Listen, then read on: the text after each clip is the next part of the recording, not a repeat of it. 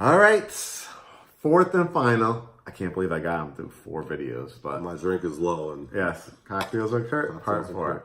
Okay, so in that last video we talked about a lot of the upfront costs and when you get to the closing table.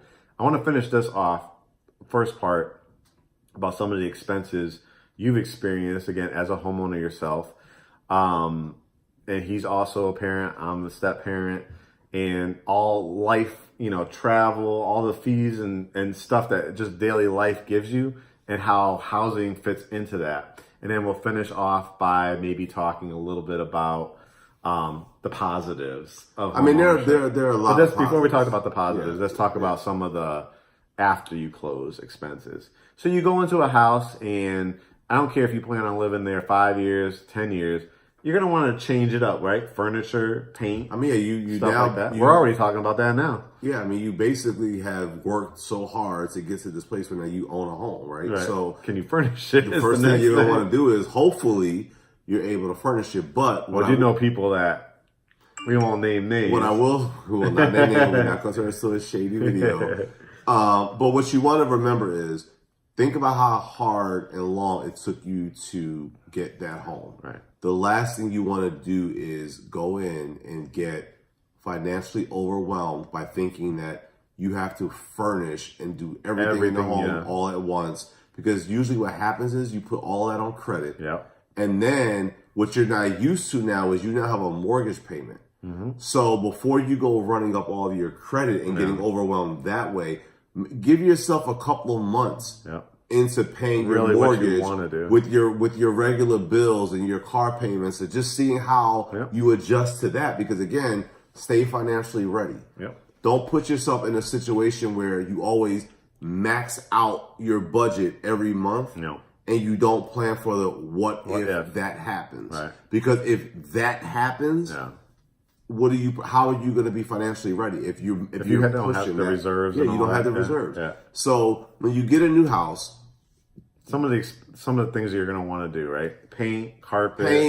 Now, flooring. If you get good agents, I'm not trying to say us, but if you get good agents, you might get new carpet and you might negotiate it in there. You'd be surprised at some of the things allowances negotiated. So appliances. Again, it's all over your work group. Just saying.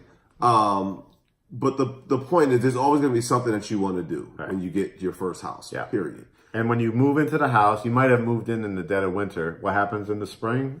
Grass starts growing again, right? And the house takes on a different life. It looks different than you thought because you didn't see it during that season. So give things time. The Rome wasn't built in a day. I like that.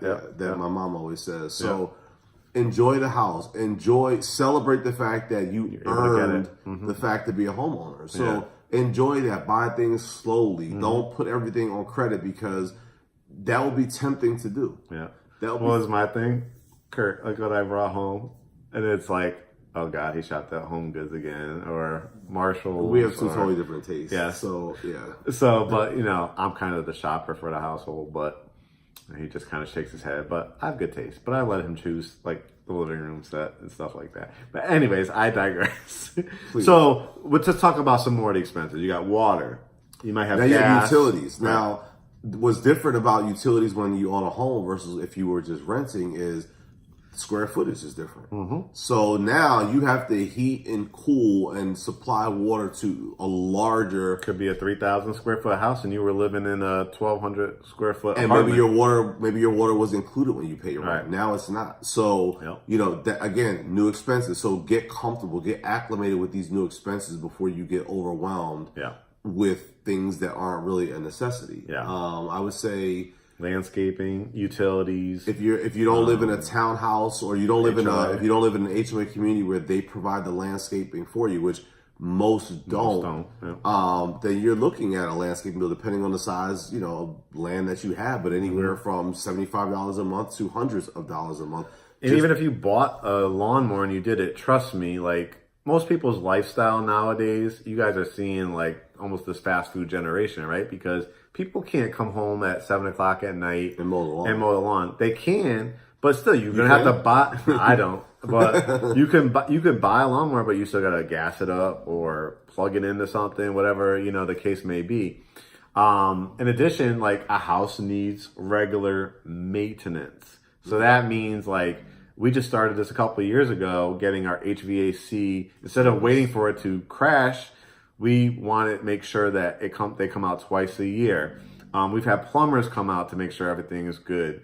You could still have inspections done. Just because you bought the house and it didn't have radon when you first got it, it's probably a good idea to get it tested. So we talked about some of this, financial readiness. Yeah. But let's talk about some of the positives of homeownership, because we don't want to scare people away. No. What did you, when you became a homeowner, what did you love about it? What kind of pride did it give you? What financial freedoms did it also give you too? I try to be careful with how I say certain things, because when I say it, it gets misinterpreted or misconstrued.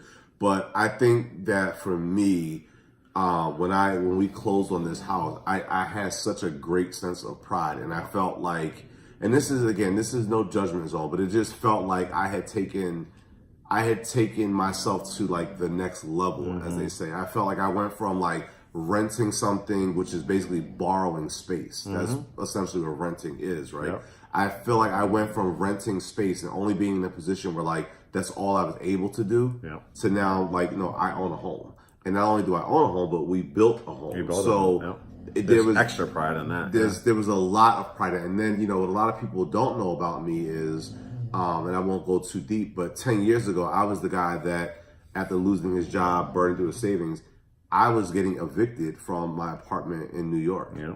And so for me, just that sense of going from having literally burned through everything and having nothing to 10 years later, I own a home that I built. I mean, that sense of pride is like, you can make it happen if you're disciplined and you really want to make it happen. Right. There's a lot of things that will deter you or derail you from your path. People will distract you and say, you don't need to own and stuff like that. Yeah, but if that's what you really want to do, and it's not for everybody. It's not for everybody. And we just talked about some of the reasons why. And also if you're like a transient and always like to move and you like that kind of freedom. But the benefits, we're talking about that.